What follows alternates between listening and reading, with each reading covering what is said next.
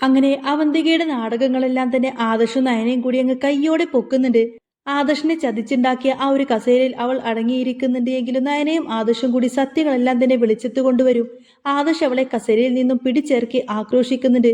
ഇറങ്ങടി പുറത്ത്, എന്റെ അബ്ഡി സ്ഥാനത്ത് വന്നിരുന്ന് നീ ഇവിടുത്തെ റാണിയാവാമെന്നാണോ നിന്റെ വിചാരം? നിന്റെ ഈ പൊള്ളത്തരങ്ങളെല്ലാം തന്നെ ഇപ്പൊ തന്നെ ഇതേ പൂട്ടാൻ പോവുകയാണ്. ഇതെല്ലാം ഞങ്ങൾ മുത്തശ്ശനോട് ചെന്ന് പറയും. ഈ കസേരയിൽ നിന്ന് ഇപ്പൊ തന്നെ നീ ഇറങ്ങണം എന്നൊക്കെ പറഞ്ഞ് അവൾ ശരിക്കും അങ്ങ് ആട്ടിയോടിക്കാണ്.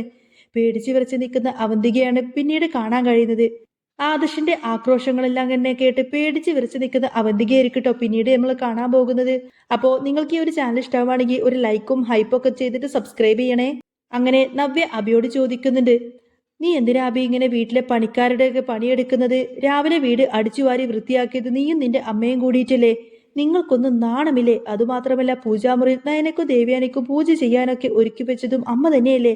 അവർക്കൊന്നും കയ്യിന് വല്ല കുഴപ്പമുണ്ടോ? നിന്റെ ഈ അനുസരണയൊക്കെ കാണുമ്പോൾ എനിക്ക് വല്ലാത്ത സംശയം തോന്നാണ് അബി. അബി പെട്ടെന്ന് അങ്ങ് ഞെട്ടുന്നുണ്ട്. ഇനി പഴയ ആ ഒരു ചന്തുമോളുടെ കാര്യം വല്ലതും അവൾ കണ്ടുപിടിച്ചോ എന്ന് പേടിച്ചിട്ട് അബി തിരിച്ചു ചോദിക്കാണ്, നിനക്കെന്താ ഇത്ര വലിയ സംശയമെന്ന്? നവ്യ വിട്ടുകൊടുക്കുന്നില്ല. നിങ്ങൾ രണ്ടുപേരും എന്തോ വലിയ അബദ്ധം ഒപ്പിച്ചിട്ടുണ്ട്. അതാരും അറിയാതിരിക്കാൻ വേണ്ടിയിട്ടല്ലേ ഈ കാണിക്കുന്നതൊക്കെ എന്ന് ചോദിക്കും.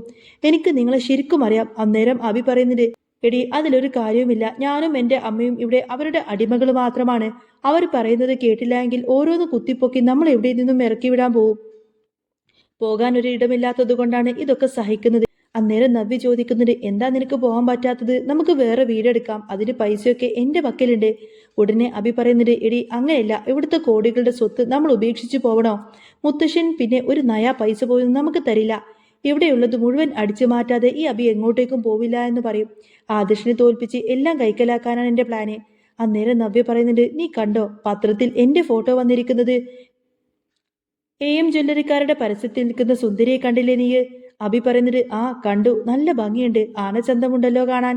ഇതൊക്കെ കണ്ടിട്ട് ഇവിടെയുള്ളവരുടെ മനസ്സിൽ തീ പുകയുന്നുണ്ടാവും. നവ്യ പറയുന്നുണ്ട്, അതിനു വേണ്ടി തന്നെയാണ് ഞാൻ ഇവിടെ ഇറങ്ങി തിരിച്ചത്. ഇതിൽ നിന്നും വലിയ ലാഭം കിട്ടുന്നുണ്ട് എങ്കിലും അതിൽ പിന്നിൽ വേറെയും ലക്ഷ്യങ്ങളുണ്ട്. ഇവരുടെയൊക്കെ ചങ്കൊന്ന് പിഴയണം. അബി പറയുന്നുണ്ട്, അതൊക്കെ എനിക്കറിയാം നവ്യെ, അതുകൊണ്ടല്ലേ നിന്നെ ഞാനിങ്ങനെ തടയാത്തത്. അവരങ്ങനെ അതും പറഞ്ഞ് ഭയങ്കര സന്തോഷത്തിൽ നിൽക്കുമായിരിക്കും. ഇതേ സമയത്തിന് ആദർശിന് ഒരു വലിയ മീറ്റിങ്ങിനായി ബൊംബെയിലേക്ക് പോവാണ്. ആ കോണ്ടാക്ട് AN ജ്വല്ലറിക്കാർക്ക് കിട്ടാതെ മൂർത്തീസ് ജ്വല്ലറിക്ക് കിട്ടണമെങ്കിൽ ഇവിടുത്തെ പ്രസന്റേഷൻ ഒന്ന് പൊളിക്കണം. എന്തെങ്കിലും ചതി ചെയ്തിട്ടില്ലാതെ നാഗേന്ദ്രന് ഇത് തട്ടിയെടുക്കാൻ പറ്റില്ല. കാരണം പാരമ്പര്യം കൊണ്ട് മൂർത്തീസ് ജ്വല്ലറി തന്നെയാണ് മുന്നിൽ നിൽക്കുന്നത്. അതുകൊണ്ട് സ്വർണത്തിന്റെ മാറ്റുകുറിച്ചോ മറ്റോ ആദർശിനെ തോൽപ്പിക്കാനാണ് അവന്തികയുടെയും നാഗേന്ദ്രന്റെയും പ്ലാന്. ആദർശ് കുറെ ഡിസൈനുകളും സാമ്പിളുകളൊക്കെ ആയിട്ടാണ് യാത്ര തിരിക്കുന്നത്. നയന ഡിസൈൻ ചെയ്ത ബെസ്റ്റ് പീസുകളാണ് അവന്റെ കയ്യിലിരിക്കുന്നത്. അവന്തിക അച്ഛനെ വിളിച്ച് കാര്യം പറയും. നാഗേന്ദ്രൻ പറയുന്നുണ്ട്, മോളെ നീ ആ സാമ്പിൾസ് ഒക്കെ അങ്ങ് മാറ്റി വെക്കണം.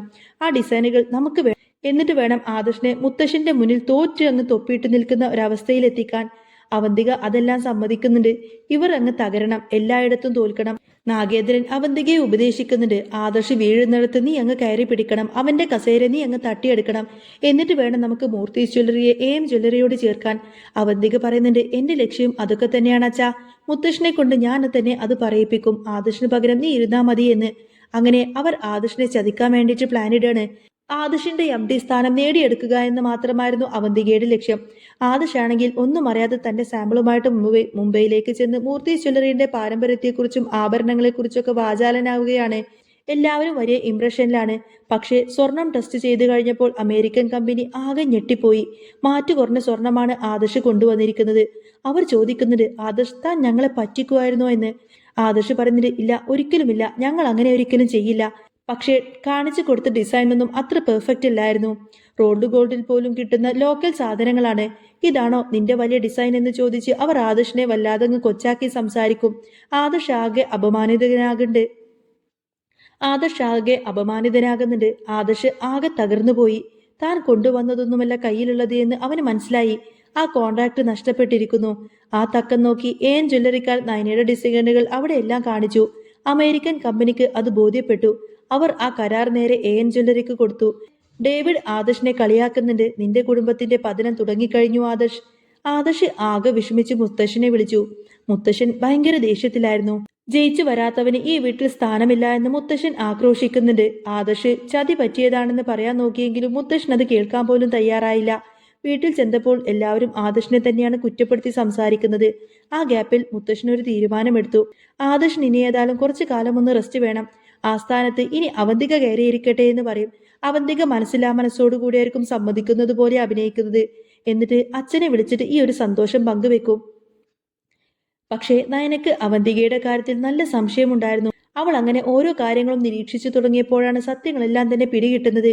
അവന്തികയും നാഗേന്ദ്രനും ചേർന്നുകൊണ്ടാണ് ഈ ചതി മുഴുവൻ ചെയ്തതെന്ന് മനസ്സിലാക്കിയ നയനയും ആദർശും നേരെ ജ്വല്ലറിയിലേക്ക് ചെന്നു. ആദർശ് അവിടെ MD കസേരയിലിരിക്കുന്ന അവന്തികയെ കണ്ടങ്ങ് പൊട്ടിത്തെറിക്കും. നീ ഞങ്ങളെ ചതിക്കുമായിരുന്നു അല്ലേ എന്ന് നയന ചോദിക്കുമ്പോൾ മുത്തശ്ശൻ പറഞ്ഞിട്ടാണ് ഞാൻ ഇരുന്നത് എന്ന് അവന്തിക ന്യായം പറയാൻ നോക്കി. പക്ഷേ ആദർശ് വിട്ടുകൊടുത്തില്ല. നിന്റെ കള്ളത്തരങ്ങളെല്ലാം പൊളിഞ്ഞു അവന്തിക. നിന്റെ അച്ഛൻ ആരാണെന്നും നിങ്ങളുടെയൊക്കെ ഉദ്ദേശം എന്താണെന്നും ഞങ്ങൾക്ക് മനസ്സിലായി എന്ന് പറഞ്ഞ് ആദർശ് അവളെ അവിടെ നിന്നും മാറ്റിയിറക്കി. അവന്തികയുടെ കള്ളികൾ ഇനി നടക്കില്ല എന്ന് ഉറപ്പായിരുന്നു. തെളിവോടുകൂടെ തന്നെയായിരിക്കും ആദർശും നയനയും ചേർന്നുകൊണ്ട് തന്നെ അവന്തികയും അച്ഛനെയും അങ്ങ് പിടിച്ചടക്കുന്നത്. AN ജ്വല്ലറിയുടെ MD നാഗേന്ദ്രനാണെന്നും നാഗേന്ദ്രനാണ് മകളെ വെച്ചിട്ട് മൂർത്തി ജ്വല്ലറിക്കെതിരെ കളിക്കുന്നത് എന്ന കാര്യമെല്ലാം തന്നെ ആദർശും നയനയും പിടിച്ചെടുത്തു. അങ്ങനെ അവന്തികയെ ക്യാമ്പിൽ നിന്നും ആട്ടിയിറക്കിയതിന് പിന്നാലെ ആദർശ് നേരെ പോകുന്നത് മുത്തശ്ശന്റെ അടുത്തേക്കാണ്. നയനയുടെ കയ്യിൽ അവന്തികയും നാഗേന്ദ്രനും തമ്മിൽ നടത്തിയ ഗൂഢാലോചനകളുടെ വ്യക്തമായ തെളിവുണ്ട്. ഫോൺ റെക്കോർഡിംഗ്സും ജ്വല്ലറിയിലെ CCTV ദൃശ്യങ്ങളെല്ലാം തന്നെ അവർ കളക്ട് ചെയ്തു. മുത്തശ്ശൻ ആദ്യം ആദർശിനെ വിശ്വസിക്കാൻ തയ്യാറായില്ലെങ്കിലും നയന ഓരോ തെളിവുകളും നിരത്തുമ്പോൾ അദ്ദേഹം ആകെ തകർന്നുപോയി. തന്റെ സ്വന്തം പേരക്കുട്ടിയെന്ന് പറഞ്ഞ് നെഞ്ചോട് ചേർത്തവൾ കുടുംബത്തെ തകർക്കാമെന്ന നാഗേന്ദ്രന്റെ മകളാണെന്ന സത്യം മുത്തശ്ശനെ തളർത്തി കളഞ്ഞു. ഇതേ സമയം ജലജയും അഭിയും തങ്ങളുടെ അധികാരം നഷ്ടപ്പെടുമെന്ന പേടിയിൽ അവന്തികയെ സപ്പോർട്ട് ചെയ്യാൻ ശ്രമിക്കുന്നു. എന്നാൽ ആദർശ് നാഗേന്ദ്രന്റെ ഭൂതകാലവും മുത്തശ്ശനോട് അയാൾക്കുള്ള പകയും പരസ്യമാക്കുന്നതോടുകൂടി തന്നെ അവർക്കെല്ലാവർക്കും മിണ്ടാട്ടമില്ലാതായി. നാഗേന്ദ്രൻ തന്റെ മകളെ ഉപയോഗിച്ച് മൂർത്തി ജ്വല്ലറിയെ വിഴുങ്ങാൻ ശ്രമിച്ചതാണെന്ന ബോധ്യമാകുന്നതോടുകൂടി തന്നെ മുത്തശ്ശൻ അവന്തികയെയും നാഗേന്ദ്രനെയും വീട്ടിൽ നിന്നും ജ്വല്ലറിയിൽ നിന്നും എന്നേക്കുമായി പുറത്താക്കാൻ ഉത്തരവിട്ടു. പുറത്താക്കപ്പെട്ട നാഗേന്ദ്രനും അവന്തികയും അടങ്ങിയിരുന്നില്ല. അവർ നേരിട്ടുള്ള യുദ്ധത്തിന് തന്നെ വന്നു. അമേരിക്കൻ കമ്പനിയുമായിട്ടുള്ള ആ ഒരു വലിയ പ്രോജക്റ്റ് തങ്ങളുടെ പക്കൽ ഉള്ളത് കൊണ്ട് തന്നെ മൂർത്തി ജ്വല്ലറിയെ തകർക്കാം എന്നാണ് അവർ കരുതിയിരുന്നത്. എന്നാൽ നയന തന്റെ ഡിസൈനിങ് ബുദ്ധി ഉപയോഗിച്ച് പുതിയൊരു തന്ത്രം മെനഞ്ഞു.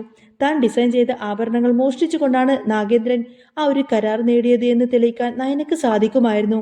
ഇത് അന്താരാഷ്ട്ര തലത്തിൽ നാഗേന്ദ്രന്റെ AN ജ്വല്ലറിക്ക് നാണക്കേടുണ്ടാക്കുകയും അവർ ആ കരാറ് റദ്ദാക്കപ്പെടുകയും ചെയ്തു.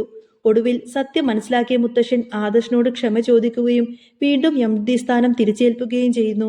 കുടുംബത്തിൽ നയനയുടെ സ്ഥാനം ഒന്നുകൂടി ഊട്ടി ഉറപ്പിക്കപ്പെട്ടു.